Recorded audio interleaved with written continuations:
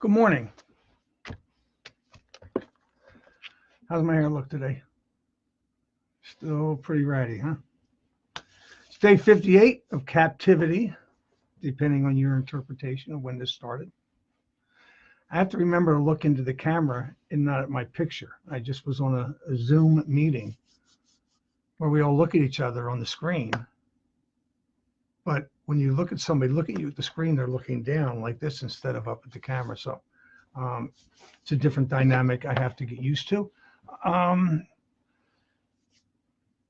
getting a lot of advice from you folks, and I certainly appreciate it. A friend of mine told me I look sexy. I think he's been in Florida too long. My cousin Tommy told me I'm using my hands too much, to stop shuffling my hands.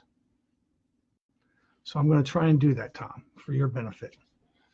Tommy also wants me to talk about Riverton, New Jersey, where we grew up, where he still lives, across the street from the house that Barbara Steigelman grew up in. First girl I ever kissed, who I write about in my new book, Kissing. And who's another friend of mine who doesn't share my posts. But Tommy wants me to write more about Riverton, or talk to you more about Riverton. It's a subject he enjoys. So what I'm going to do is next week, I've got a section in my first book, From the Jaws of the Dragon. It's a 4-part section on words are all I have, and I write about Riverton in there. So next week for 4 days, I'm going to read you that section. And so today I told you I would read to you, and I'm going to read to you from my new book, Dancing in the Cave of the Dragon. It's chapter 28.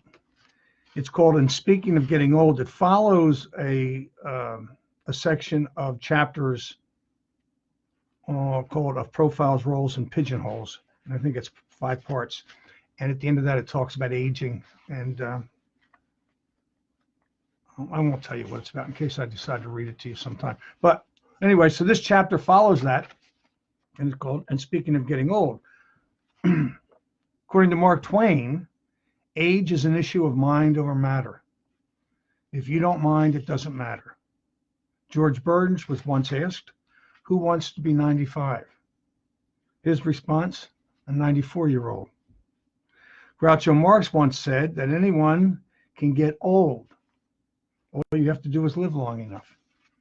And Red Skelton added that there are 3 stages of man: youth, middle age, and you're looking well.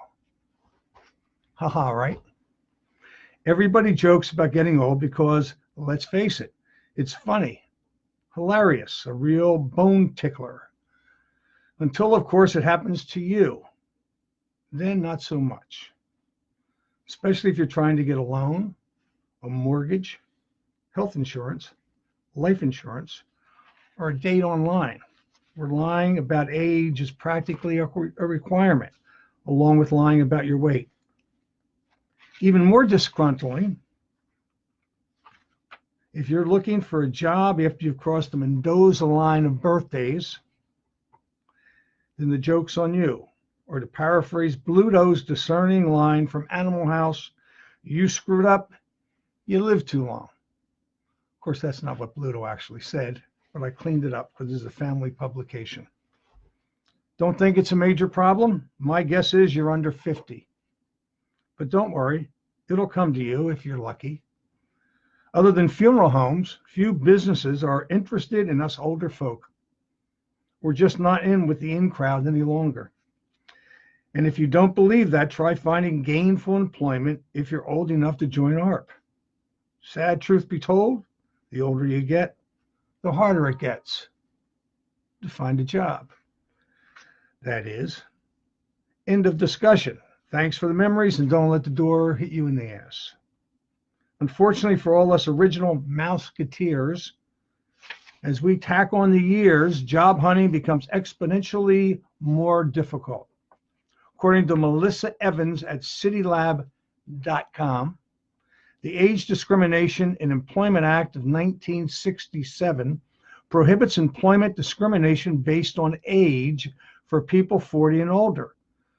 But that hasn't stopped it from becoming pervasive, Nearly 2/3 of workers aged 45 to 74 say they have experienced age discrimination in the workplace, and according to a study by AARP, and 92% of those who did said it was common. And bad news, millennials. One expert believes that can kick in as young as 35. She added that studies have found that younger job applicants are much more likely to get a call back than people in their mid-60s with similar experience, and that discrimination against older women particularly is rampant. Employers value older workers' knowledge, but may view them as less flexible, less willing to learn new things, and expensive compared to younger candidates. Sure, I understand. I'm less flexible in some areas of my life, but I make up for it. I make up for any deficiencies in limberness with attitude and stick-to-itness. Yet when it comes to learning new things or trying different approaches, I can bend with the best of them. Getting older does not necessarily equate to obstinance and rigidity. On the contrary, look at Stephen King in his 70s and still scaring the bejesus out of people. Nancy Pelosi in her late 70s and still scaring the bejesus out of people. Keith Richards, indeterminate age and still scaring the bejesus out of people. Age discrimination really is a sad state of affairs, but self-styled positivity guru Emil Radelband is going to fix all that. He believes age is just a number, and his is a number this Dutchman wants to change. Mike Corder of the Associated Press writes, the 69-year-old TV personality has asked a court in the Netherlands to approve his request for a new birthday that officially would make him 49. Radelband wants to shift his birthday from March 11th, 1949 to March 11th, 1969, comparing the change to identifying as a transgender. He says his legal appeal is consistent with other forms of personal transformations that are gaining acceptance and government recognition in the Netherlands and around the world. Right on, brother. No longer will be tied down by the man's oppressive shackles of judgmental ageness. No longer will we be discarded on the dung heap of senescence, dotage, and feebleness. No longer will we stand for being prejudicially labeled infirm and senile simply because we forget what day it is or what we came into the kitchen for. No longer will we... Wait, I forgot where I was going here. Anyway, consider this wise old chestnut. How low would you be if you didn't know how old you were? That and a cup of coffee won't help you get a mortgage, but it sounds really cool. Unfortunately, the only cure for getting old is death. And dying to me don't sound like all that much fun. That's a quote from John Cougar Mellencamp. So I'll continue to put one foot in front of the other and pick my fights, like my latest crusade in my exhaustive research into the inequities of life. It has come to my attention that a local nudist camp is offering a discount to people under 40. Apparently they're going to try to spruce up the joint and uplift the overall condition of its exposees. And other than the indigenous and bucolic weeping willows, all things droopy are unencouraged to show their goods. I'm offended.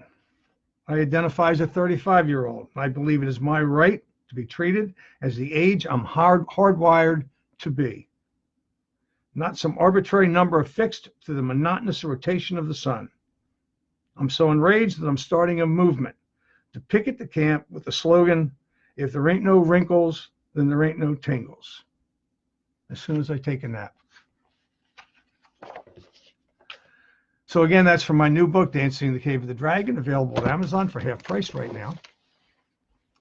I don't know if you read my piece today about all the TV we're watching and about the Michael Jordan series, Last Dance, which I'm watching, not necessarily enjoying, as you'll read in the piece, and about Amazon Fire Cube TV Cube my son gave us for Christmas, and some of the fun I had with that. So I hope you'll read it. I hope you'll enjoy it. And if you do, like it. And if you do, share it. Now, yesterday I said nobody's sharing it. Rhoda Rogers shares my posts every day. And I greatly appreciate it. She's a very funny person. And I can't wait till this lockdown is over so I can go hear her sing. So I hope you enjoyed today's reading. I will see you again tomorrow. It's Wednesday. We really do have a hard time keeping track of days, don't we? And we would have a hard time keeping track of what time of day it is if we didn't have a schedule of eating our 6 meals a day. But anyway, I'll talk to you tomorrow. In the meantime, be safe.